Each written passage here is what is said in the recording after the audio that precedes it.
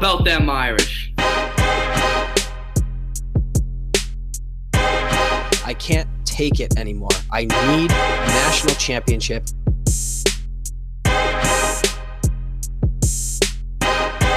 This is the Four Horsemen podcast.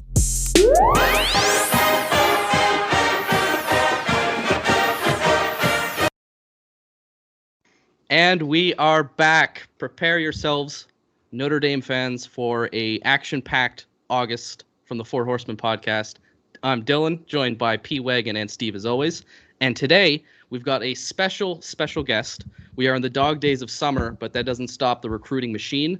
With us, host of the Golden Homers podcast. Many of you know him on Notre Dame Twitter, Mason Plummer. Welcome, Mason.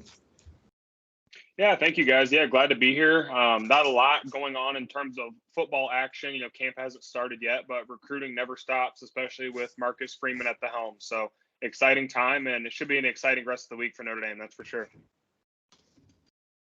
That sounds good. I'm ready to get into it. I know we've been getting so many requests about podcast related questions to recruiting and how recruiting's going. We did a little bit last episode, but we got 23-24 coming up. We saved that for today. We wanted to get an expert on recruiting on. So Mason, we're really happy to join you, or really happy that you joined us, rather. Although we would be happy to join you sometime as well. P, I forget the order and how this is happening. What's next? Well, I've had a lot of time to think since our last podcast, and I think we need a new segment. So, listeners at home, my three lovely co-hosts do not know what I'm about to say. This segment is called the Hurry Up Offense. In this segment, I'm going to give each person 30 seconds to say whatever they want, whatever's on their mind. We will cut them off at the 30-second mark. It has to be Notre Dame related. That's the only rule. Who goes first? I think it should be Steve. I am so sick of hearing about all this conference bullshit as if anybody on Twitter is going to have any sort of control over what's going to happen. Yes, I want us to retain our independence, but if we end up having to join something because we have to join something, Jack Swarbrick is going to put Notre Dame in the best position possible to always compete for national championships, and you have to have a belief in that. I do want to honor tradition. We're probably who knows how it's going to play out. Just enjoy the ride in the process. Also, Shipsticks is the worst company on the face of the earth. I hate them. 30 seconds. You had 5 seconds to spare. Perfect. Dylan, uncensored thoughts for 30 seconds in 3, 2, 1, go. I hate Ohio State. I can't fucking stand them. Their fans are unbearably awful. They act like they're really hot shit, but they've won 2 titles in 50 years with a million recruiting classes that are fantastic. And they just seem to kind of waste it. I mean, they're not Alabama. They lost to Michigan last year. You think I'm supposed to be afraid of that? Come on, get out of here. Buckeyes are a good program, but I can't stand the fan base. They're not a top historic program either. They've been consistent, but they have 8 national championships, I think, at most, and that's not good enough to be in this conversation. And time. Mason, whatever you want. Plug your podcast, do what you want. There are no rules in the Hurry Up Offense. And you can 3, swear if you'd like. Right. 2, 1, go. All right, new podcast episode dropping tomorrow for the Golden Homers. But what's really been on my mind is the people that have no time or have too much time on their hands, rather, to stalk Keon Keeley and his mom's likes on Twitter. That's absurd. There's no reason in God's green earth you need to be stalking somebody's Twitter likes, much less stalking all of their tweets and worrying so much about the decisions of a 17-year-old. I want Keon Keeley and Peyton Bowen in this class just as much as anybody else does. And I for the record, I think they stick with Notre Dame. But there's no reason to be stalking all their likes as if that's going to tell you something. You're not some sort of magician. You can't predict the decisions of a 17-year-old. And that was the best one so far. And finally, this will be a quick one, sub 30 seconds. We're in the red zone right now, fellas. We have to update the word track. Please do not tweet, make fake profiles pretending to be, get mad when they choose another school. write weird love letters to, fish for retweets based on unsubstantiated information, or tweet at recruits trying to flip your 5-star recruit to another school because it just seems like pretty petty and pedantic. So overall, don't tweet at recruits and don't do everything else I said. They're kids. They are kids. Let them make their decisions, and if they choose your school, good for them. Well said. I think that leads us into a recruiting segment too. This is the craziest business in the world. I don't think it should exist. I think following what children do and where they decide to go to school is creepy, but we all love it because this has become professional sports and this is free agency. So Mason, you're the guy. We stay in tune, but we're not as in tune to you. You mentioned Keon and Peyton. I want you to kind of start there. How you mentioned that you think they stick with it. Is there a reason for that? Is there a reason Notre Dame fans should be feeling optimistic right now? I think that people get so worried about flips, understandably, when your guys are visiting schools like Alabama, Texas A&M, Oklahoma, who have clearly leaned into this NIL thing. It's different now. But if you look at past numbers, it's not very common that guys flip, especially when they're committed for so long. If a guy was to flip, he wouldn't stay in this class for so long. And maybe I'm just optimistic, but I just don't feel like either of them are going to flip. I think that they're enjoying their recruiting process. Both of them maybe like the attention a little bit, but I think also a lot of it's brought on to them by their family and who are maybe their friends, making sure that they think their decision's right for them. And you guys remember being 17 and 18 years old, like your head's just in a tornado constantly, especially when you're a 4- and 5-star athlete that you're trying to make the decision for the rest of your life. This is the most important decision they're going to make. You know what I mean? In terms of the next 4 or 5 years of their life is so crucial. So I think ultimately they'll see through, especially with their parents' guidance, ideally, that the Notre Dame degree and where Marcus Freeman is taking this program is on a whole different level than what anybody else can do in the country. So I think they're preaching that. And something that we can say for absolute certain is that he's going to work a lot harder, Marcus Freeman, than Brian Kelly on the trail. This isn't going to be a lack of effort. We know that they're hitting him up every single day, making sure that they're solid with Notre Dame. So if it does end up being that Keon Keeley and or Peyton Bowen flips, it's not going to be because of a lack of effort or, somebody was lazy on the trail. I think you will have to take solace in that Notre Dame did absolutely everything they could to keep them. And the fact that we all know that makes me feel a lot better. So just a quick interjection in regards to that. 2 separate points. One, do you think it's possible or probable that they're kind of letting in these major programs showing quote unquote interest because they don't want their ratings to fall? Because historically, and maybe this is anecdotal or maybe it's biased, but I feel like every time Notre Dame has a major recruit, we do see that there is a precipitous drop-off. Like Drake Bowen was a 5-star when he originally committed. Same with a couple of other guys from the 23 class. So do you think it's guys trying to more so keep their status up, or well, that's question one.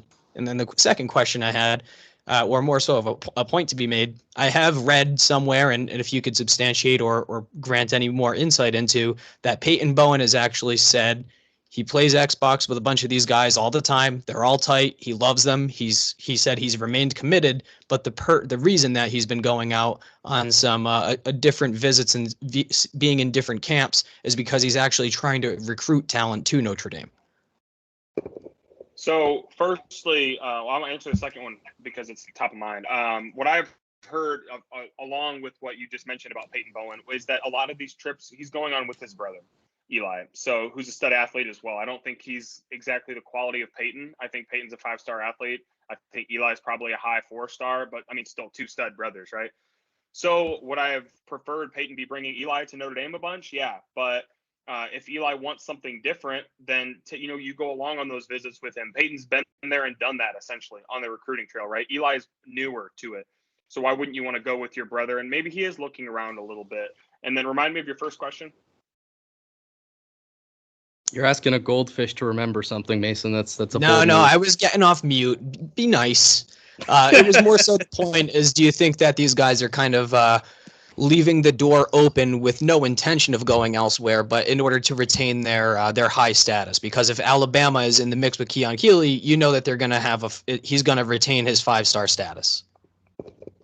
I think that's part of it. I haven't necessarily thought of it that way, keeping the door open because you want to stay at a high ranking. I know that means a lot to some guys more than others. Your offensive lineman types don't care at all. They would sign the paper the day they commit. They're ready. But Keon Keeley and Peyton Bowen aren't necessarily that. They're a little bit flashy. They like the attention. Obviously, they've kind of fed into it. So keeping up their rating, yeah, I'm sure that does matter to them. And ultimately, who wouldn't want to finish a 5-star, right? One of the top 32 kids in the country. So I do think that's part of it. And they've seen, to your Drake Bowen comment a minute ago, that Drake Bowen doesn't do the camps. He doesn't do all these interviews for other sites, other teams. He doesn't take the visits to other schools. And you see him drop because of it. Whether those are necessarily exactly correlated, I don't know. But it's a part of it for sure. I mean, Drake Bowen hasn't played a football game since last year when he committed and he was a 5-star.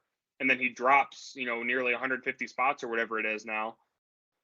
And where are we seeing this huge drop? I don't understand it. He doesn't have this huge body change. Like, I understand the drop for Brendan Vernon, right? And not that huge of a drop, but I understand it because he put on a ton of weight. He's a different football player now. And once the film comes out and once he dominates this season, then he should rise back up. But it is a fact that if you aren't attending camps, if you aren't, real big into the media, you're going to see a little bit of a drop. I'm not sure if the rankings are a factor for these guys in particular, but NIL has become something that matters, that's heightened these rankings even more, because especially with On3 coming out with this NIL evaluation, where you rank can determine what kind of deals you bring in and how much you're worth. So I think that people might be cognizant of that, and that could be a big factor. And to Mason's point with Eli Bowen, Notre Dame has offered him, and I think they view him as a slot corner, and one that, from what I understand, they would really like to have. That's not an offer just because you're a brother. This is a really good player, and we would like him too. So that's big for Notre Dame as well.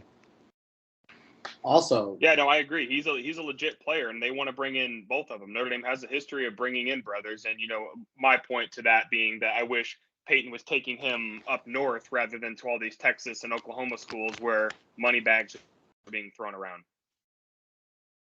If you're 17 and you're being recruited by the top programs in the nation, why wouldn't you take every visit possible? Like, I've seen the hotels they put up Notre Dame players at. We've all seen the stuff that they do for athletes on campus. Why not? Like, I get that people, you should be committed, that whole Brent Venables bullshit. But if you're a 17-year-old, take all the trips you can. When else are you going to be able to do that outside of playing football? So I have a point on that as well. I don't know if you guys saw me get shredded by Oklahoma fans. Well, not really shredded, but they came after me. Not saying that Brett Venables was he not like condescending or not condescending? I'm sorry, contradicting himself. I don't like him in that statement. Yes, I am with you. Yeah, there's a lot of hypocrisy going on right now in college football, especially recruiting. But yeah, Brett Venables is a guy that does not rub me the right way at all. I can see why Oklahoma fans like him, but no, not for me. He did that with Peyton Bowen on campus. He made that statement. Like, what are you doing? Big time. Let's get into quarterback recruiting, because that has been a mess. And I think we need to address it because it's just hard to follow. So, as everybody knows, we were recruiting Dante Moore. It seems like there was some potential silent commit at one point. Some things happened we don't know. And from what we've heard, they're pretty personal. And I don't really feel comfortable sharing that without it being like absolutely verified true. So we don't know, but something happened between him and Notre Dame that he no longer was as interested, ends up at Oregon, and now Notre Dame's kind of playing the game of musical chairs for a quarterback. They offer Austin Novosad, who's decided to stay with Baylor, his commitment, and they've recently offered Kenny Minchey, who I think is the most criminally underrated player perhaps in the entire class. He's ranked in the 300s, but to me he's a top 100 quarterback. To me he's a top 10 quarterback in this class, easy. Cannon for an arm. Mason, where do you think Notre Dame kind of stands with quarterbacks right now? Do they have a shot with Kenny, or is it going to have to be a flip for somebody else, which names I'll bring up later, or do you think maybe it's a target we haven't heard of?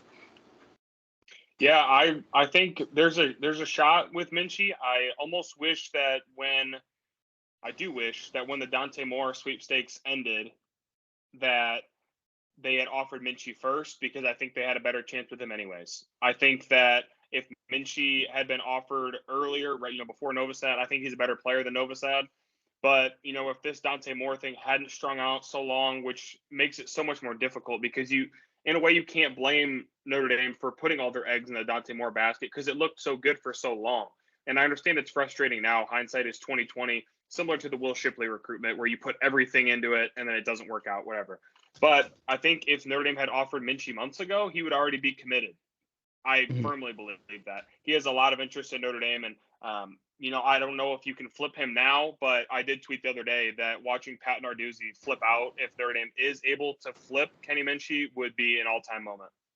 Yeah, I'm hearing a lot of it's going to be tough to flip Kenny Minchie, but this is a person who plays at a Catholic school in Tennessee, which is 2 states away, that's literally named after a pope, and he's been to Notre Dame before. I mean, is that not your wheelhouse ideal demographic right there, as a local kid at a Catholic school? Yeah, and the same high school as Golden Tate, by the way. Yeah, I know, I agree. I wonder if it's too late, if he already has these relationships established, if he feels like he can go be legit at Pitt, which maybe he can. Kenny Pickett did it, but if it's me and I'm committed to Pitt, don't you see, don't everybody wants a chance at a national championship, right? I'm not going to say Notre Dame's going to win one here in the next 3 or 4 years. They have a great chance. They probably within the top 5 programs chances, right? Pitt's not in the top 50. So do you want a chance, or do you just want to be a middling ACC team? That's my thoughts. I think that's spot on. And what's interesting for me is that he's a Tennessee guy. It's not like he's from Pennsylvania or he's from, near West Virginia, close to Pittsburgh. Like, this guy is not really a backyard Panther. To me, that should be more open to get. But I wanted to ask you about, let's say this doesn't go Notre Dame's way, and, he also decides to stay with Pitt. Where does Notre Dame turn to? And there's some names I want to bring up from the past. We were talking about going all in on Dante Moore. Specifically, that's a reference to Christopher Fazzina. But I've been of the position that once Clemson really got involved there, that one was not within Notre Dame's control. The other one is Jackson Arnold, who was big-time pro Notre Dame until, Notre Dame wasn't pushing for him. And then he makes an immediate commitment to Oklahoma. Do you see Notre Dame going to either of those guys, or perhaps another one, Avery Johnson, which was an early offer from Notre Dame, who's committed to Kansas State, whose best friend, Dylan Edwards, has just decommitted and is expected to commit to Notre Dame? So do you think any of those 3 guys, those names out there, could be in play, or do you think Notre Dame's hope after Minchie might be just somebody else? I think Vizina and Arnold are out, unfortunately, as much as I'd like that to be a reality. I haven't heard anything that would make me think that, Notre Dame reaching out would be beneficial. I'm sure Reese still talks to them, just testing the waters.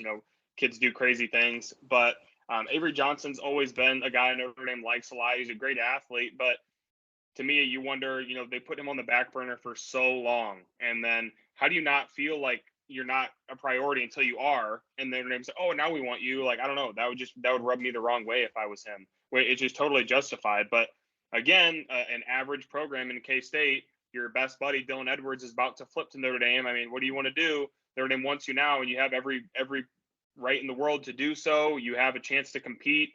I do wonder though, now that CJ Carr is committed, if guys aren't looking towards the future, seeing he's a stud, you don't want to be that in-between guy. But I don't think Steve Angeli is a world beater, and we're banking on Tyler Buckner to be, 2 or 3 years starter. So I see Nick's not a Steve Angeli guy. It's time to bring in the P-Wagon. Go ahead. Steve Angeli is going to be the best quarterback out of Jersey since Matt LaVecchio. That is my statement. He played with dudes. He's a dude. He will be a dude. It is worth noting that Steve Angeli. You like Angeli. Like is a very soft word. I love him. Yeah, I mean, it's worth noting that Steve Angeli had a higher rating coming out of high school than Everett Golson, who was a very highly touted true freshman starter for Notre Dame in a national championship season. So I'm also pro Steve Angeli. Angeli never going to get it right until they say it on a broadcast. Fair enough, but I'm with Mason there too. You know, Notre Dame's depth chart right now. I wouldn't be afraid of it. I mean, you do look behind and you have a stud in CJ Carr coming, but look, any top program is going to have guys ahead of you and behind you, right? Ohio State keeps getting guys that makes no sense to me because there's just like 8 5-star guys at that program right now. But to your point too, I do understand being slighted by the program. You know, you put me on the back burner and hurt feelings there. I totally get that.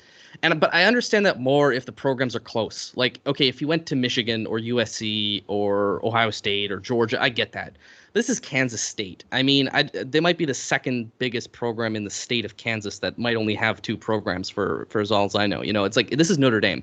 It is the best combination of athletics and academics in the country. You know, it's a exposure, it's development. I mean, Notre Dame doesn't have the best history with quarterbacks, but I mean, the point is you're on the stage, right? Scouts are coming to Notre Dame. They're watching us on NBC. It's just different. And I can't help but wonder if one of these guys, you know, perhaps Avery, perhaps not, or Minchie, you know, might consider that, you know, this is just too big of a step up to pass down. You know, if Ohio State came calling later, would they react the same way? And my gut feeling is if this was Ohio State right now, they would have flipped one of these kids by now. And I think I'm optimistic that Notre Dame can flip somebody as well, because at the end of the day, you'd be the quarterback at the University of Notre Dame. Right. I think at this moment, all we're waiting on is Minchie to schedule a visit to Notre Dame, and then we're really going to see the ball rolling there. I think it is likely, but we need to hear what happens on that visit. I think they'll roll out the red carpet for him. I mean, they like him, but there's a lot of catch up to do. Pitt's been recruiting this guy for a long time, and how can you show him this soon? Hey, you're like our 7th offer of this class, but, you know, we like you a lot. We want you to be the guy. So I don't know how he thinks, or if he just sees the opportunity to go in there. But I did want to pose a question to you guys about Angeli. So we're all banking on Buckner to be a dude, and then Angeli's kind of sandwiched in. Do you see him beating out Buckner eventually? Do you see him beating out Carr eventually? Mason, here's what's going to happen. Steve Angeli will be there. He might play when we're blowing out certain teams. He'll get garbage time. Drew Pine's going to preserve a year of eligibility. He'll be gone. Buckner's his quarterback. Angeli will get his 4 games in. He'll play another year. CJ Carr comes in, the golden child. We've seen it happen before. Angeli, in my nightmares, will transfer to a middling, let's say, Indiana. And he'll look like Michael Penix Jr. there. He'll be a world beater. He'll win the Big Ten championship. He'll be in contention for a high-level bowl game at Indiana. That's what's going to happen. Wow, you've matured so much. I still remember posts of Angeli starting 3 years in a row in the DMs, of course. I'm with you there, though. I actually think that's kind of spot on. I can't say he's going to win a major bowl game at Indiana. That's put a lot of pressure on the kid's shoulders. Bowl game, that's what happened to Matt LaVecchio. Never forget. Angeli is growing on me, to be fair. I didn't think he would look near as good as he did in the blue and gold game, and he looked great. So. Yeah, listen, do I have the delusions of Steve Angeli, you know, beating out Tyler Buckner for a job? Absolutely not. And CJ Carr, absolutely not. I mean, Buckner is absolutely incredible. Probably would have been a 5-star prospect if he had an ACL in high school. But it's always good to have depth, you know. Ian Book was a guy that was never projected to start ever, winning his QB in history, and obviously, you know, had great teams around him. But sometimes guys get their shot and they never look back. So it's just good that we have the depth, because I'd rather have them and not need them than need them and not have them. That's a good point. Let's move on to what's left on the board. We teased this a little bit yesterday with the tweet on what we think's out there. So Mason, I'll kind of let you get into it.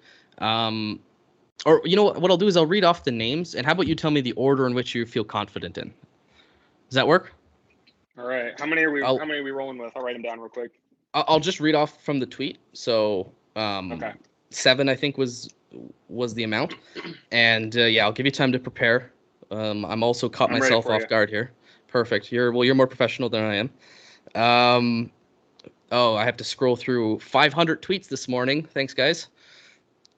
Wasn't Actually, It was me tweeting. We had a war with Ohio State today. And can I just, Dylan, while you Go get ahead. ready, let me get on a soapbox real quick. We're not national media members. We're not Mark May and Lou Holtz on College Football Nightly. We're a fucking podcast with 3 idiots, 2 idiots and a Canadian, who just tweet our opinions, and they're taking us at our word like we're some national media member, like we have votes in the AP poll or some bullshit. Like, To be fair, we probably should over We some should. of the people who do vote in we've the been AP. poll. denied media credentials. We don't have media credentials. We have people who follow us. People pay attention to what we're saying, but them, Bama, the whole thing with Barstool a couple years ago, never forget Northwestern game.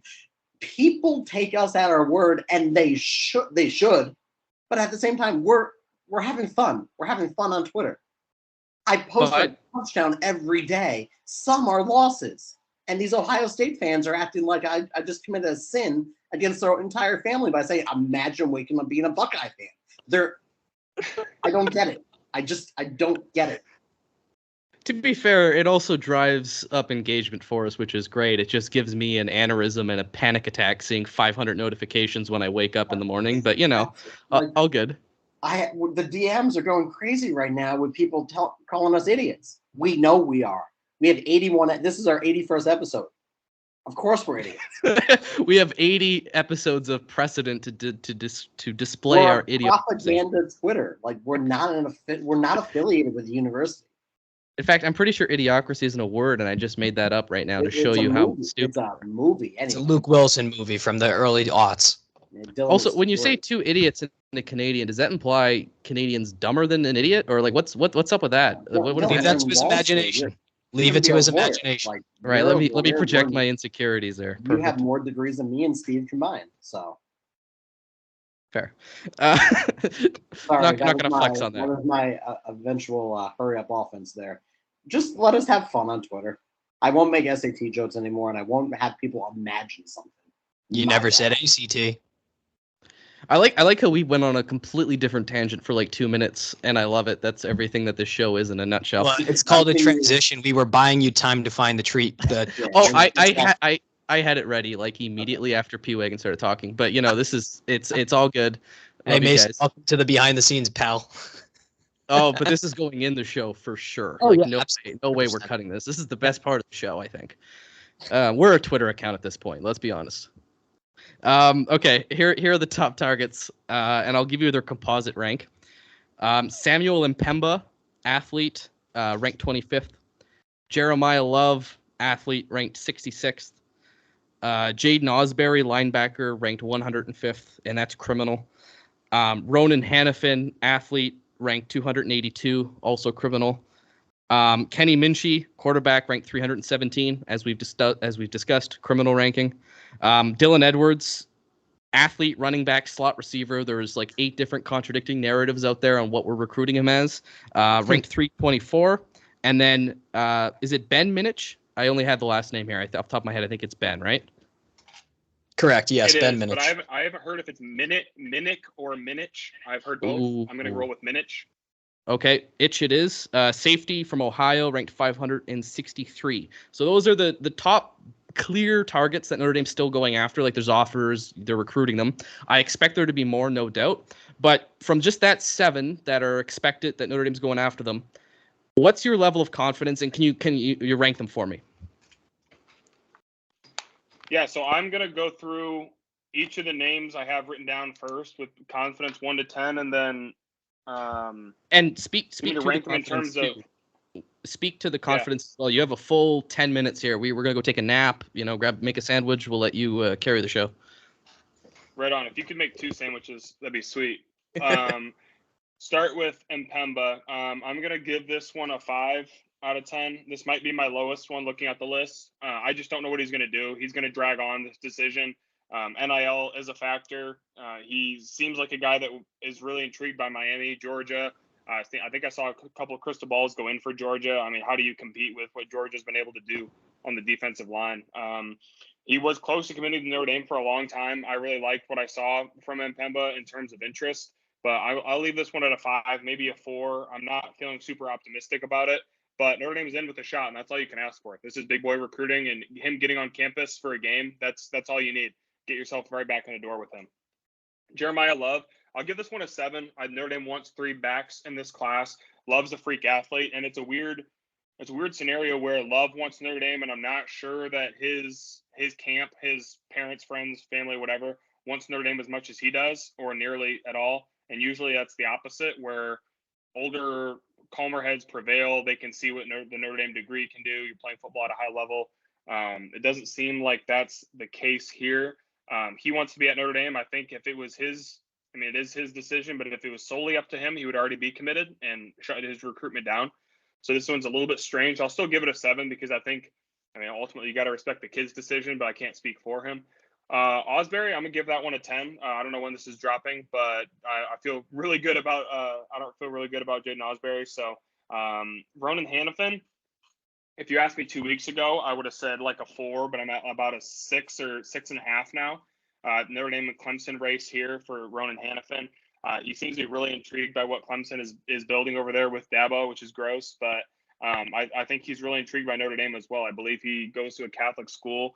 Loves what Notre Dame is doing, and I think that there's a spot for him to be an early contributor at Notre Dame, whether he wants to play receiver or safety. I think he'll be a receiver, but he could be a Xavier Watts type where he wants to get on the field.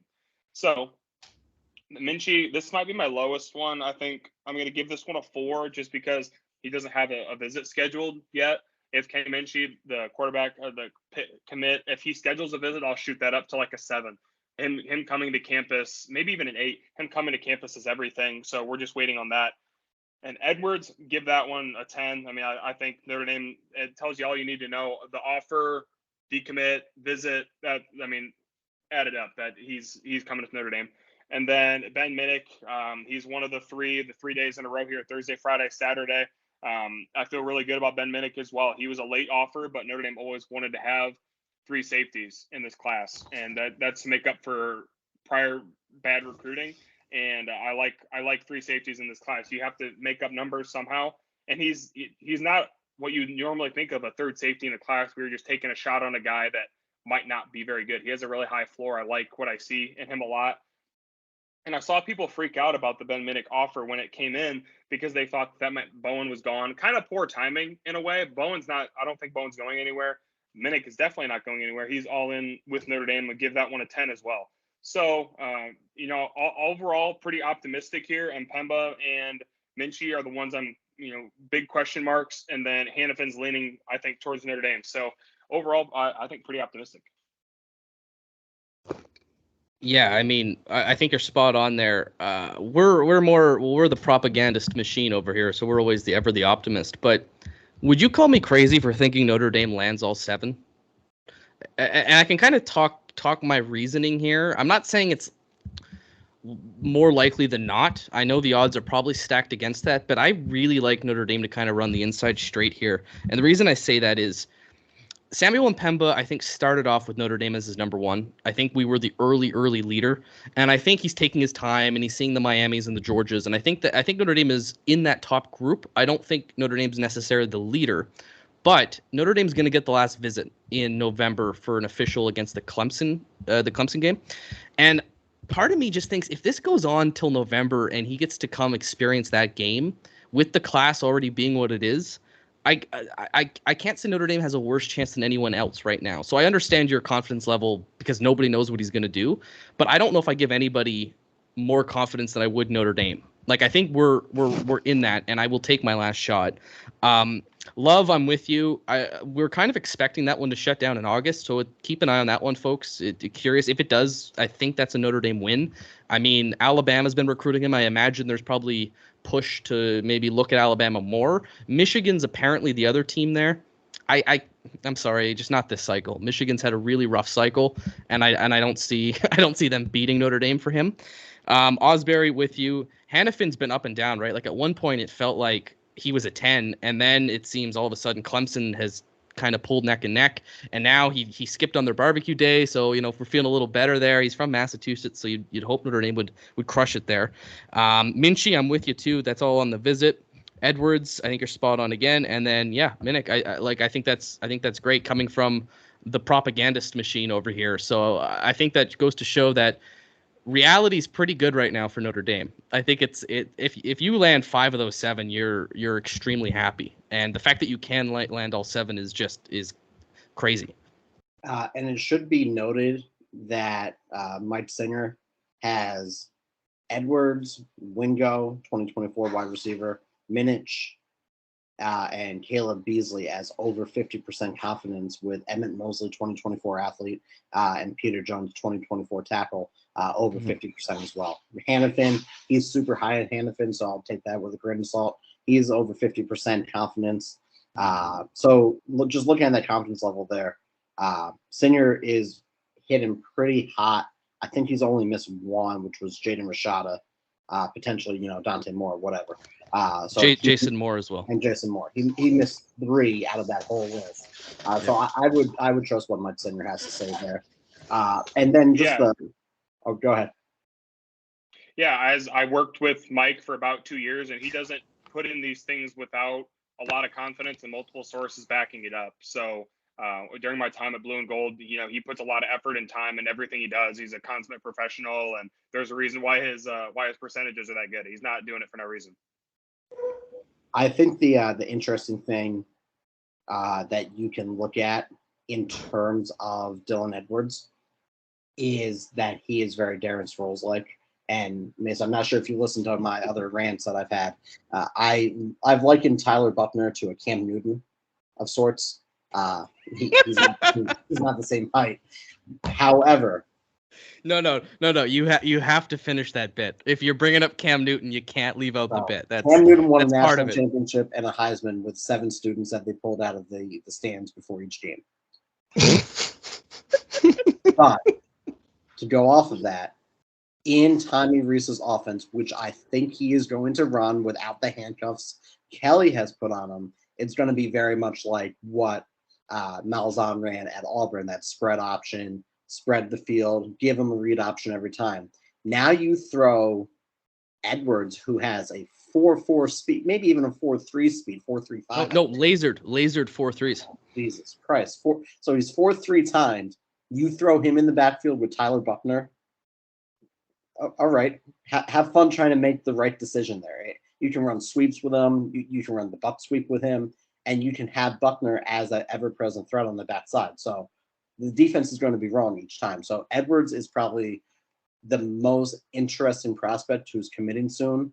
And you're going to see, just in terms of the athletes Notre Dame is going to get, they're not going to go for that traditional Big Ten type of offense, what I think. I think if Reese stays around, which I think he will until he gets his own head coach offer, it's going to be this very fun style of offense. And recruiting-wise, it's going to move towards more of that fun style of athlete rather than football player.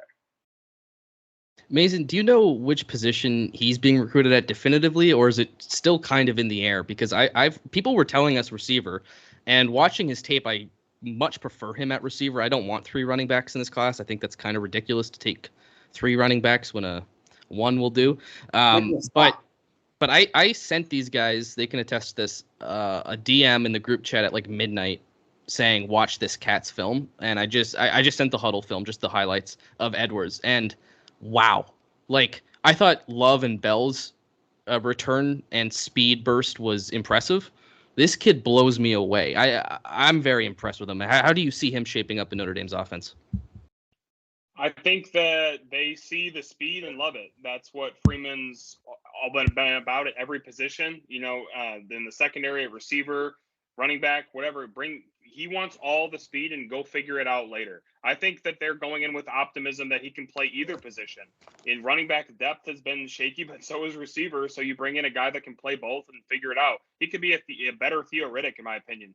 So I think that, that Dylan Edwards, with that kind of speed, he's the guy you can't keep off the field. And I think he has more wiggle and more, make you miss kind of a skill set than Chris Tyree does. So I think he could be potentially a better Chris Tyree. And that's interesting what you said there. In the games that were now being dragged for on the internet that we've lost in the CFP, it's been speed. The gap has been, I don't care what we have with Bayless, best strength coach in the nation by far. you can't teach the certain speed that SEC caliber, national championship caliber offensives have. And with that, every game we've lost, including Cincinnati, there was a very big mismatch in speed. And once you close that gap, everything else is coming full circle. You can put on strength. Speed is the toughest thing to teach. Devontae Smith And single-handedly. Right, and you have to have the guys that are fast that are also able to read. Thought I'd throw that in there. Like a Peyton Bowen who's like brilliant. That kid, his closing speed is insane. Now, just to get everybody excited, and I think just to provide a little bit of context in regards to some of the guys that we have been talking about, looking at the class calculator as it stands right now, Notre Dame, their best ever class under Brian Kelly was in 2013, and that was a class that finished at 284.77 points on 247 Sports, and they had an average player of 92.30, that's a damn good class. It was the fifth in the nation. Just to put things into perspective, already in Marcus Freeman's first year, we are at 285.56 points, which is even better, and we are at a 93.31 average, which is even better. Now, in regards to if we were to, just based on the guys that are projected to commit to Notre Dame, such as Jaden Osbury, such as Dylan Edwards, Ben Minnick, and I even tossed in Ronan Hannafin for fun. Mm-hmm. We would jump up to a 292, which it's going to be hard for us to be beat by any other program. Maybe one or two other programs could potentially beat that. In the event that we add both Jeremiah Love and Samuel Mpemba on top of all those guys, we would be at a 302.79.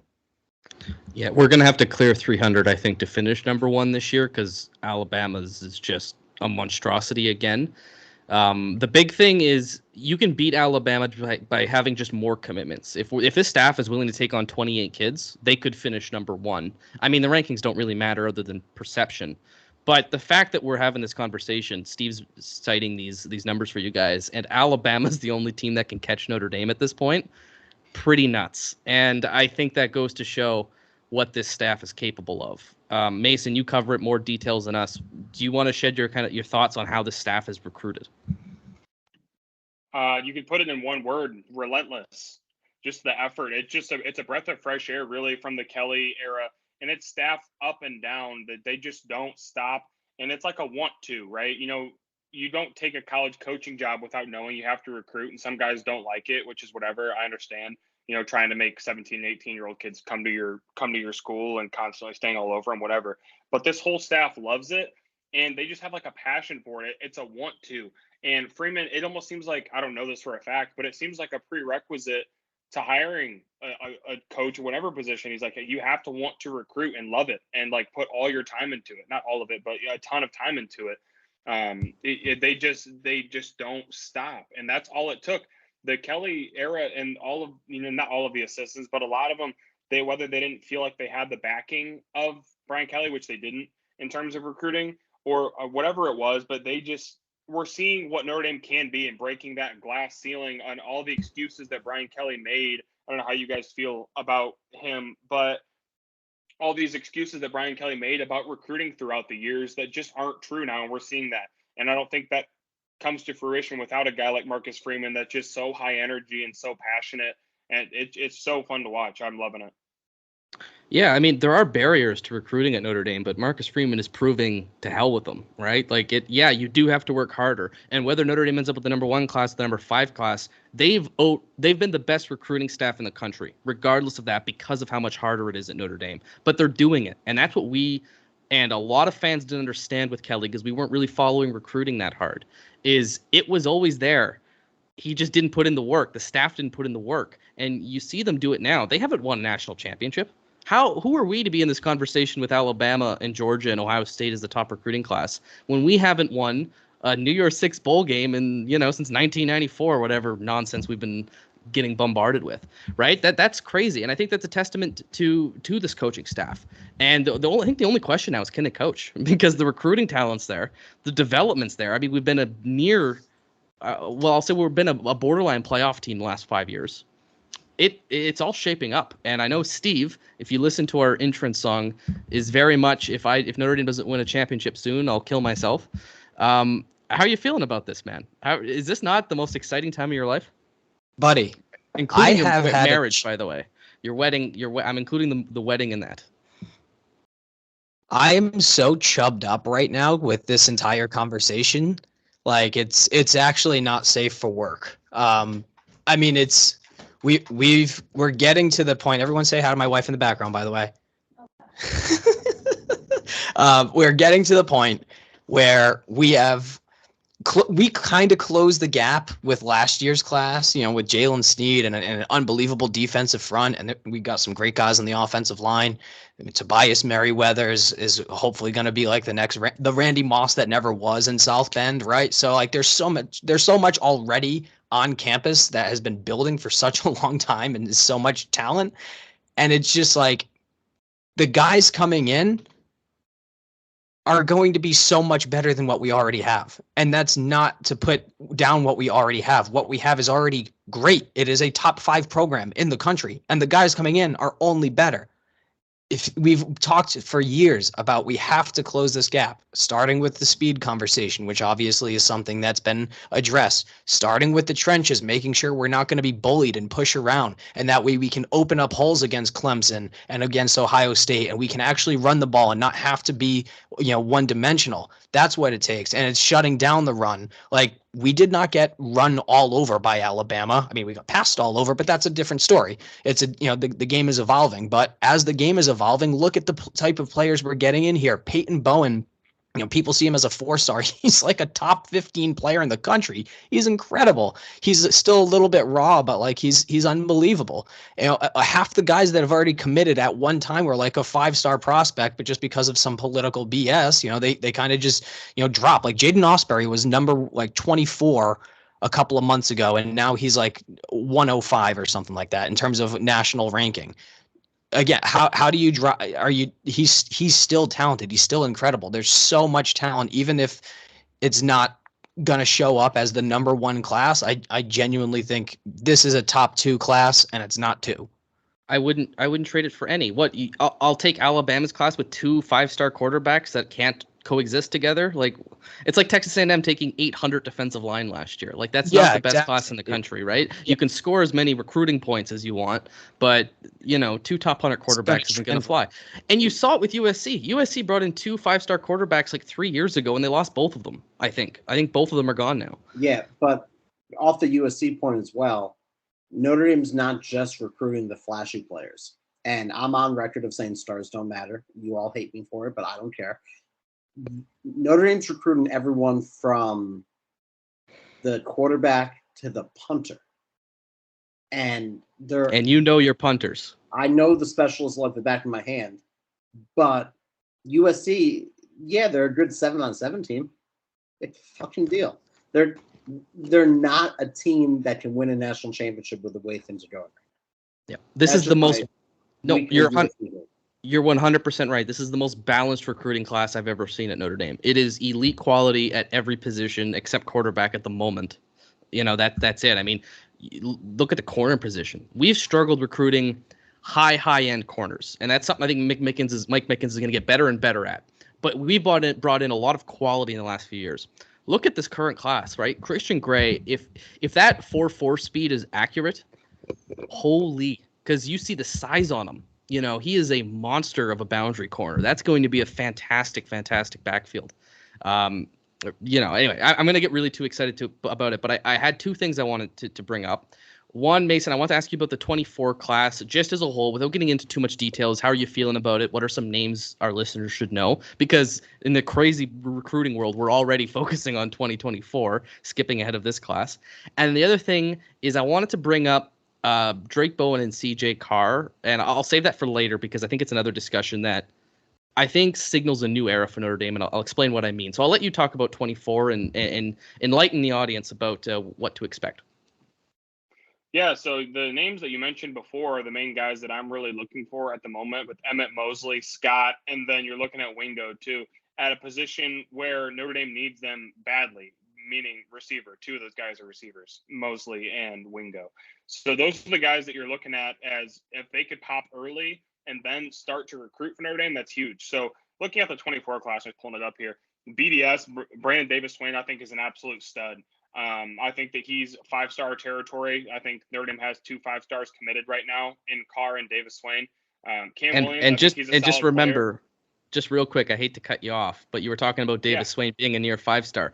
I want the audience to know that he wasn't a fit at Michigan, so they didn't really want him. Just got to throw that out there. That is literally what's been said about him. A borderline 5-star recruit, not a fit at Michigan. Yeah. I'm sure CJ Carr wasn't a fit either. Cam Williams, I love the size. He's only going to get bigger. I love the hands. I'd like to see him get a little bit faster, maybe just in and out of his routes, but I like what I see in him. And then Jack Larson, I mean, tight end U continues. I think he's underrated. Potentially a little bit undersized. I guess that kind of makes sense.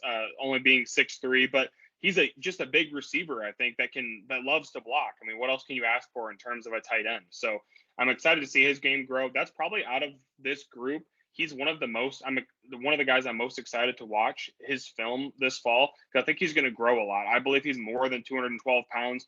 I'm hoping he gets to that 6'4", 6'5" range, because I think he's a monster. He's a big, like I said, he's a big receiver at the moment, likes to block, almost like George Kittle-esque. That's who he models his game after. I'm not saying that's who he is, but that's who he models his game after, and that's who he's really trying to be. And then Owen Waffle, I'm not sure how to pronounce his name, but the genetics are there. He's not as big as he's going to be. He's already 6'3", 270. I'm anticipating he'd be about 6'4", 6'5", 300 by the time he hits Notre Dame. I don't know how Bayless is going to mold him, but I mean, that size at that age is just freakish. And you look at how big his dad is. I don't know if you guys have seen that, but Jesus Christ, massive. Also, before I get off this tangent real quick, I wanted to show you guys this. I meant to bring it out earlier, but I thought it was appropriate. It's signed by all 4 of them, but I thought it was cool. That's sick. That's awesome. And for the listeners audio. at home. It's Yeah, a for the photo signed by all 4 of us, actually. Yes, that is true. It's a sweet original 4 Horsemen photo. That's beautiful. That's very poetic. Dedicated to Notre Dame over here.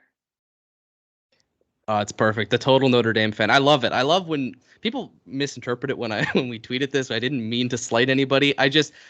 When you cover Notre Dame, it's just better when you're a Notre Dame fan, because you get it. You know what I mean? I'm not talking about biased reporting. I just mean, you love this. It's a passion, and you can tell with Mason, with us 3. I mean, we don't, we have our own stuff going on, and we do this just for fun, right? So we'll wrap this up real quick. I just want to talk about Drake Bowen and CJ Carr, because the reason I bring them up is I've never seen this at Notre Dame before. And social media, you see kids recruit, but these 2 guys are engaging with fans. I've never seen that. Like Drake Bowen and CJ Carr, they like our tweets, they like your tweets, they like other people's tweets. They're involved, and it feels like Notre Dame is starting to harmonize the players, the coaches, the fan base. We're all starting to really feel like a family. I feel like maybe it wasn't before. It was a little disconnected between the fan base and the fans. And, you always get your negative fans who might portray the whole fan base negatively. I feel like we're really starting to enter a new era of the Freeman age of we're all on the same page. We're all in this together.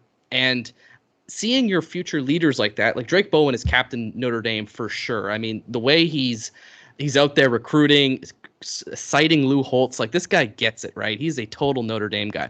CJ Carr going up to bat for Notre Dame, talking about the tweet, we had quoted him from his interview with, I think it was Blue and Gold, but it could have been one of the other ones, about how explaining at Notre Dame, you win here, you're a legend. It's not just another guy at Alabama, right? We still remember Tony Rice as a god, okay? And Tony Rice was a very good college quarterback, but he was never in the Heisman conversation. He had a very short pro career.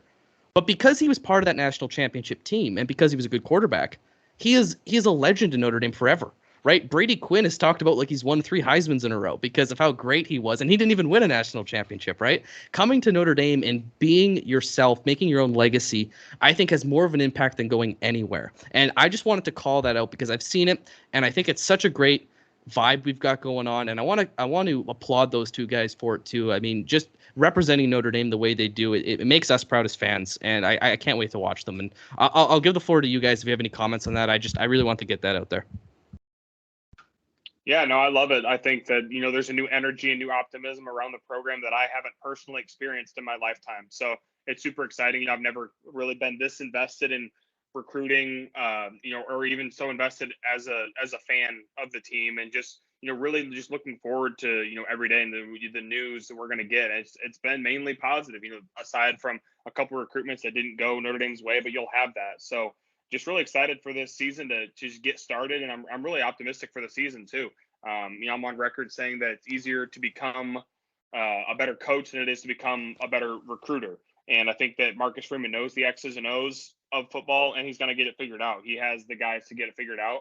I think a lot of people are kind of sleeping on Notre Dame. They don't know Marcus Freeman. They just see the tag that says, that he's, first-year head coach, but he's bringing in the right guys. Evidence with CJ Carr and Drake Bowen that are speaking for the program in the right ways. So yeah, the fan base, everything's never been as united as it is right now, and it's great. It just occurred to me we still have a mailbag to get to. Steve, it looks like you had something to say. Do you want to jump in there before we pull up the questions? Yeah, I mean, I guess just a quick interjection. When's the last time you've gone into a season feeling this good about recruiting? And not even just about what could potentially even be coming down the road, which we've talked about ad nauseum, but even just we have our class basically signed, right? Like this is just like, it's so, I mean, anything can happen. People can flip, people can decommit, things happen, and we'll deal with that when we get there. But we have the number one recruiting class that's practically signed, and maybe we'll end up top 3, top 5 as we're heading into Labor Day weekend playing in the Horseshoe. I mean, this is like the best I've ever felt about Notre Dame football in my 32 years of existence. So and how sad is it that other fan bases are trying to gaslight you into feeling that you should be worse than ever right now? Well, you have a head coach that's going to fail. In their defense, we did lose the 1997 Toyota Tundra Bowl to, I don't know, Southwest, Northwest, Idaho, Southern State. So, and we lost that. So, we obviously the team in 1997 is going to be indicative of the team that is playing 23 years later, or whatever that math would be. So it's a very relevant argument to say that, well, you haven't won anything in 30 years. When the same team that just won the national championship no less than 7 months ago hadn't won one in 40 years, but we're going to pretend they're more relevant than you. Because you absolute imbecilic morons on Twitter, not talking to our fan base, but all the other ones, especially those absolute mouth breathers from Ohio, thinking like there's you guys got blown out in a big game. Like you got blanked 31-0 by T. Lawrence, pal. Like you got things shoved down your throat to keep it PG, so like at what point is everyone just going to understand that, yeah, okay, we lost in the past? Yeah, don't you think we're acutely fucking aware of that? Like, I was there, pal. I watched it. We're talking about the here and now, where we have a team that just went to a New Year's Six bowl, didn't end up the way that we wanted to because we had the 2 best players on our team not on the field, by the way, and I guess this is an extension of the quick hitter offense, the new section, but I don't know, that it's just pissed me off. But I don't know, I'm just excited that I don't have to care about recruiting for the 23 class in the year of 23. We're on to 24 at this point, which is pretty much insane. So I'm content and I'm happy as a pig in shit. Steve, the only thing you didn't mention was that our star linebacker had a fake girlfriend. That hits the full bingo. No, of course. Just want to make sure that we got that all out there. Just so everyone's clear, we're B-rabbiting you. We know what you're going to say before you say it. You're pedantic. You're punctilious. You're saying the things that everyone knows you're going to say. It does nothing. We're also just a smarter fan base than anyone else, so I guess that explains it, because everybody else that comes into our mentions is so fucking stupid. It's remarkable. Yeah, it's not great, but like, find a new slant. That's all I'm gonna say there. Yeah. Steve, you should do voice acting. That was impressive. Yeah, we've been getting this. I mean, people use the same arguments, and it gets annoying. What drives me crazy is that there's no talking to them. Like you explain something, and it doesn't matter. And for the record, Ohio has a bad reputation in Canada too. It's Florida and Ohio is the two states you don't want to go to. So, you know what? Screw you guys. Okay, you suck everywhere. Nobody likes you. Like not even in my country are you like. Doesn't like you. That's not good. Hate it. It's the old ad. Have you heard the thing? If you had $2 billion given to you tax free, but you could never leave the state of Ohio ever again, would you take the money? No. Nope. Fucking nope. I would live in Canton. You heard it. Canton, eh? Shut up. All right, well, let's take advantage of our very knowledgeable guest and all the time that he's given to us today. So let's get Mason back involved and stop with the ranting. So let's get this thing back on the rails. These points. Yeah, this guy's a professional, by the way. These points do not reflect the opinion of Mason or his employer. It's just on us, the Four Horsemen podcast. Also do not reflect the interests of our employers either. We got a mailbag up here now, fellas. So I asked this question a couple days ago before everyone hated us. So I'm just going to run down the list. Some are recruiting, some are not. Quick hitters here. First, Woj the God says, how much of an impact can Chris Smith have on the defensive line? Chris Smith is a transfer in from Harvard. He has 29 games to his name. He had 40 tackles in 2021, 5 for loss, 3.5 sacks, and 2 forced fumbles. He's had about 7 sacks in his career, and it looks like 72 tackles. Chris Smith is a large man who's going to play a very similar role to Kurt Hinish this year, in my opinion. I am very high on him. What do you all think? I have no thoughts. I've never seen him play. I was muted. I think there's a reason for optimism in the sense that there's more depth. I think he was taken because K&I went down. I was really high on him. So I think that Chris Smith, he's what Notre Dame needs in terms of a depth piece at the nose tackle or, inside defensive line position, however they decide to line up under Al Golden. So I'm all for it. I think that he's a solid player. I don't think he's anything, otherworldly, but I think he's going to be a nice stopgap. And I think he's going to be a solid player for Notre Dame. I don't think there's a lot more to say about it. I would agree. Yeah, we only need him for one season. That's his eligibility. He's here as a depth guy, and hey, you know what? Maybe he even rises the ranks, and we wish him the best. So we'll see how it plays out. The Harvard to Notre Dame pipeline is strong with Notre Dame this year. 2 former Harvard Crimson on the team. Shout out John Sott. Coming up here, Cynical Fan 123 says, and I got into a fight with him. Yeah, I can guess his age already. If Buckner is a bust, what's the Irish real potential without a true QB1? A lot of people question Buckner. I personally like him, but what if? What if he's a bust, meaning it's not going to be a year one thing? You're not going to know. Are you saying, is he going to write him off after Notre Dame likely loses to Ohio State in the shoe? Is that what we're saying? Well, we don't speak in definitives here. So if Notre Dame loses to Ohio State, which won't happen, it seems like it depends on how you define bust. Do you define bust going 11-1? Do you define bust not going 12-0? Do you define bust as? Would we define bust as Dane Christ? To be fair, injuries kind of ruined his career. He was. Well, you can go down the list. If Tyler Buckner lives up to the hype of Nate Montana, are we fucked? That's what I'm rewriting the question. Not if Stephen Jelly's the second coming of God, like you said, right? Bang bang, bang bang. Here, here. That was well played. Drew Pine isn't it? I promise that. We agree with that. He'll be a great MAC quarterback. I have a very simple answer. Tyler Buckner cannot be a bust because he is a Heisman candidate. Next question. He also came in and won games and kept the Irish in games while Jack Cohn was going through Jack Cohn things in the middle parts of games.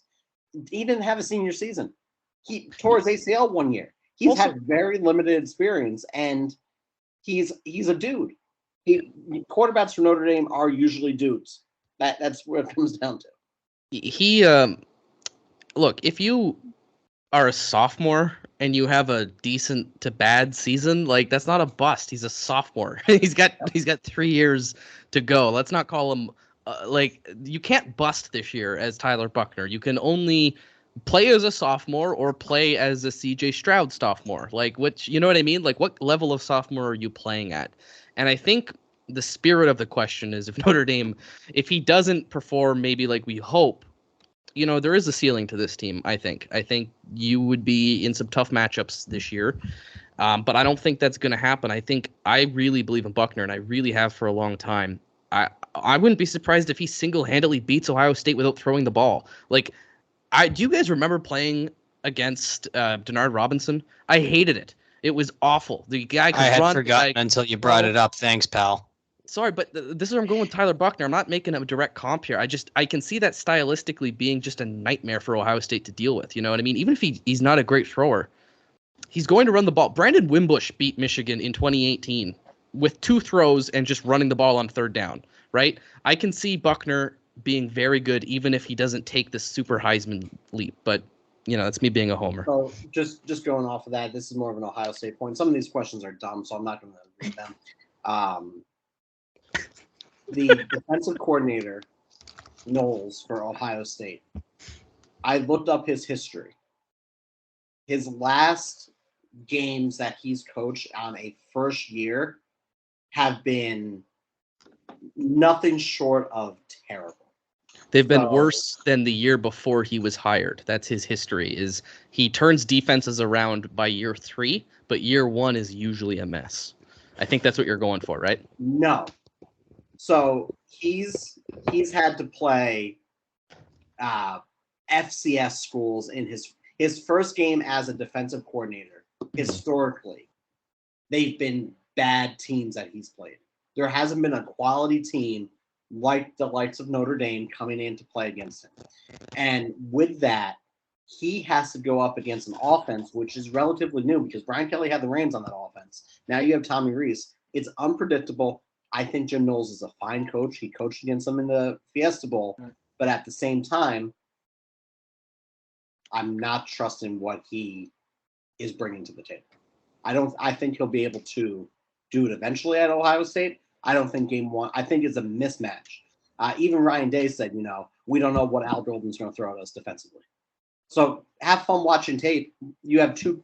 They're idiots and they think 2 quarterback system. They're talking about Pine and Buchner.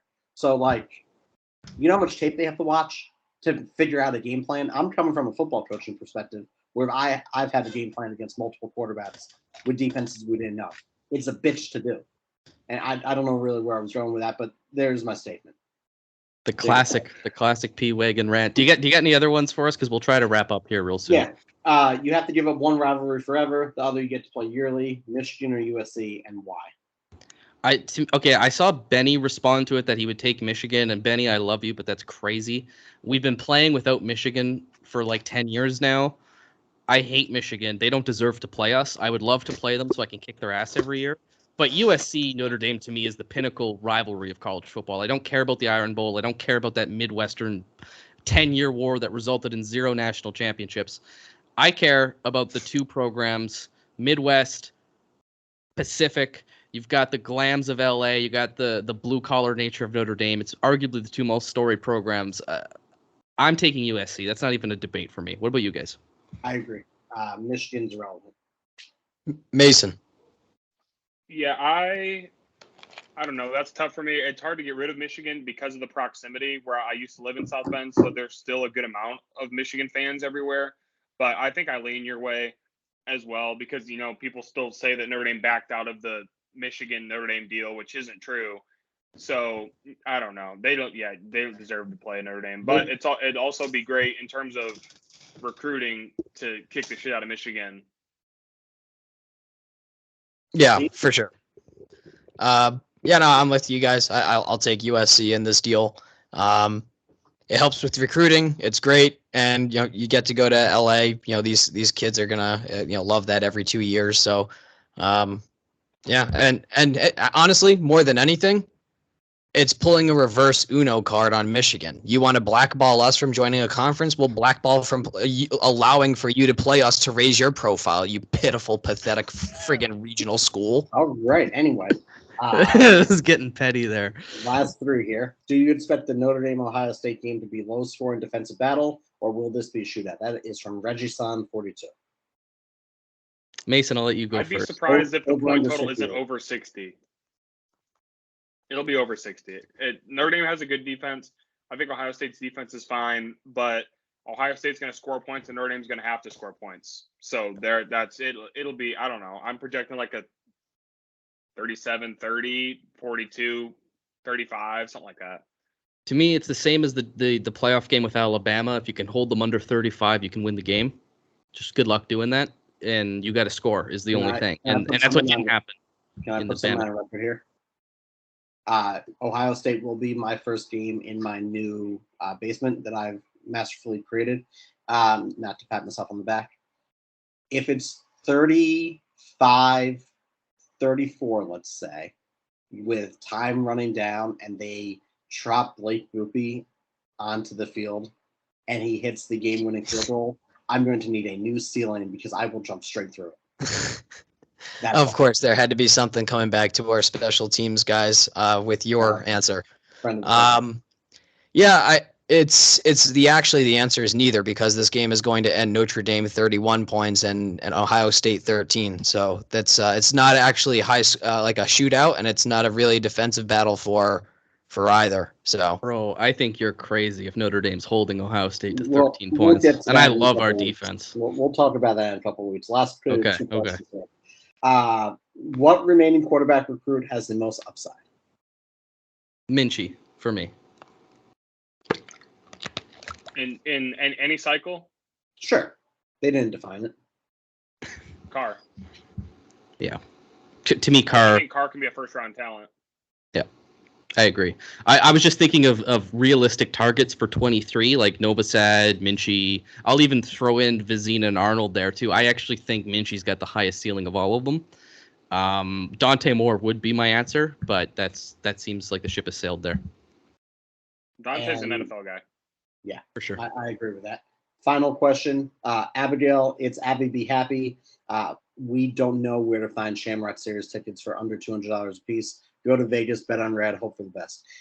Final question.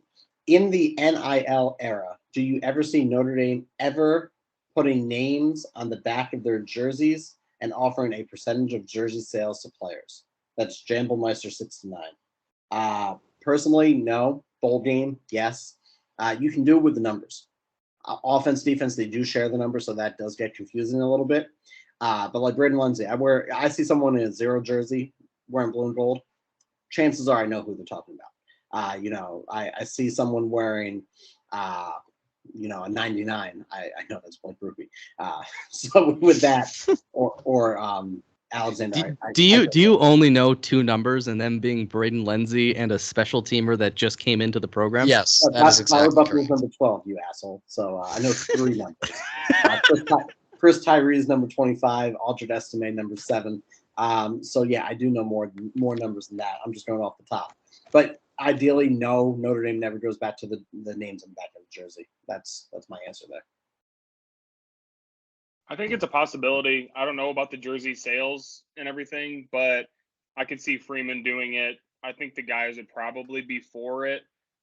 Just younger guys wanting it. I don't know if it would get passed through Notre Dame. If I had to vote, I would say that it doesn't happen, but I do think Freeman would like it. I think a portion of the jersey sales with or without the name would be very interesting. Like if your number's bought so many times, but the problem is that would cycle through every year. Look, we're 4 athletes getting a cut of their hard work. If that's the way college football goes, then I'm sure Notre Dame would join. It's just, I think I'm with Mason. It's just a little too early to say one way or the other. It's hard to tell. But I also never thought Notre Dame would play an FCS school. And within like 3 months of Marcus Freeman being head coach, we've got one on the schedule. So, time for some new traditions and hopefully preserve some old ones. But, we'll see. Yeah, Notre Dame was never going to have field turf until they got it. They were never going to have a jumbotron. They were never going to add on to the stadium. They were never going to do a lot of things until they did it. And it's just kind of the march of time, which is inevitable. I'm with you. I'm very, very, very pro traditional and keeping in line with how things have been done historically and keeping holding hands with the past in a manner of speaking, basically having that connection. But on the flip side of that, you have to be relevant and you have to be modern and you have to adapt. So do I see this happening? No idea whether it would or wouldn't, but if it did happen, honestly, this is not something I would throw a fit over. I would be okay with the last names on the back of jerseys because, hey, you know what? Times change. We've changed our uniforms, 3 times in the last 15, 16, 20 years or so. So it's things happen. You update. So that's my stance. I got a quick hitter based on that one. End zone paint, yes or no? The stripes. No. Steve, come on. Come on, Steve. Come to the light. I think I'd be okay with end zone paint. We used to have it. It wasn't always the stripes. Watch the 70s. They have like some shamrocks, right? They had shamrocks on the right and left. Yeah, so it's there is precedent for it. I'd be okay with end zone. 50-50. I feel like that's I how would need the to fan see base what it is. looked like first. I trust that they would do They're it gonna right. do it right. Yeah, assuming they do. It's like green jerseys. If they do it right, sure. If I have to see this Under Armour blue and green crap, no way. Although I'm still kind of excited for it. Those are our final questions of the evening here. So I have one last quick hitter, and then we'll be on our way. The Shamrock Series reveal happened. Vegas. People like it. People hate it. It is a white jersey, gold all around. I believe there's a black piping around the numbers. Just real quick, love it or hate it. Dylan, go. Do you love or hate the Shamrock Series jerseys? I love it for a Shamrock Series jersey. I think there's still too much going on because I'm pretty traditionalist in my jersey, but I like it. I love the video. I'm not switching it for regulars, but for a Shamrock Series that are usually putrid awful, I quite like this one. Mason. I love it. Other than the black outline or blue outline, whatever it is on the numbers, I love it. I'm a big fan of the white jerseys. I like the gold trim. Wish there wasn't an outline, but I guess that's so you can see the numbers easier, so I get it. Steve. Yeah, no, I love it. Favorite Shamrock Series one ever, and it would be a cool alternate. And I agree. It reminded me of the Rush for Gold jersey a little bit. I would like a little bit more gold somewhere in there.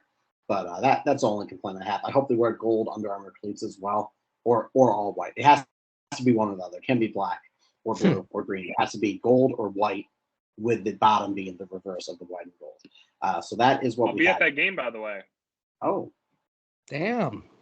How so? Like media, or you just bought tickets? Nathan, actually, my podcast partner, lives out in Vegas, has some connections, so feel pretty fortunate. That's awesome. I get to do a scene at Syracuse, New York for my game. So, Mason, thank you for hopping on today. Want to plug your podcast one more time? Where we can find you on Twitter? Yeah, the Golden Homers podcast. We're back and recording again. So been a long layoff, but then on Twitter, Mason Plummer _ A lot of Notre Dame propaganda. I don't get in as many wars as these guys, but I think I might want to join. It sounds like a good time. We're fighting the good fight, you know? All right. Well, thanks so much for joining us, Mason. Appreciate it. Everyone, make sure to subscribe to his podcast and listen and rate 5 stars and review for him. Please do the same for us. I mean, this was awesome, and maybe we swing back around at sometime around what's a signing day in December, and we'll kind of just take it one step at a time, and we'll hope for the best. Don't tweet at recruits. It's creepy. It's weird. You're not going to convince them. If they've already committed, then you can say congratulations. That's the exception, okay? But that's my sign off. Thank you to everyone for listening, and we're ready for another awesome year, and we appreciate all the love and support. Dylan, I'll let you get the last word. I'll come on whenever. I appreciate you guys. Notre Dame practice kicks off this weekend. We'll be on 3 more podcasts before the Ohio State game, hopefully. So be on the lookout for more stuff there. Follow us on Twitter at Horsemen Pod. If you're listening to this and you already follow us, thank you. Tell a friend to tell a friend. Go Irish. Don't tweet at recruits. Dylan. All good, man. Thanks, Mason, for coming on. Really excited to get some recruiting insight, and it was great to do it again with you boys. So, listeners at home, we've got 4 scheduled podcasts this month. That has to be the busiest we've ever been in the month of August. Usually, Steve's golfing, but no, we're gonna get it good there. I had to get one Steve jab in, of course. But thanks for all the support. Go Irish, beat the mouth breathers.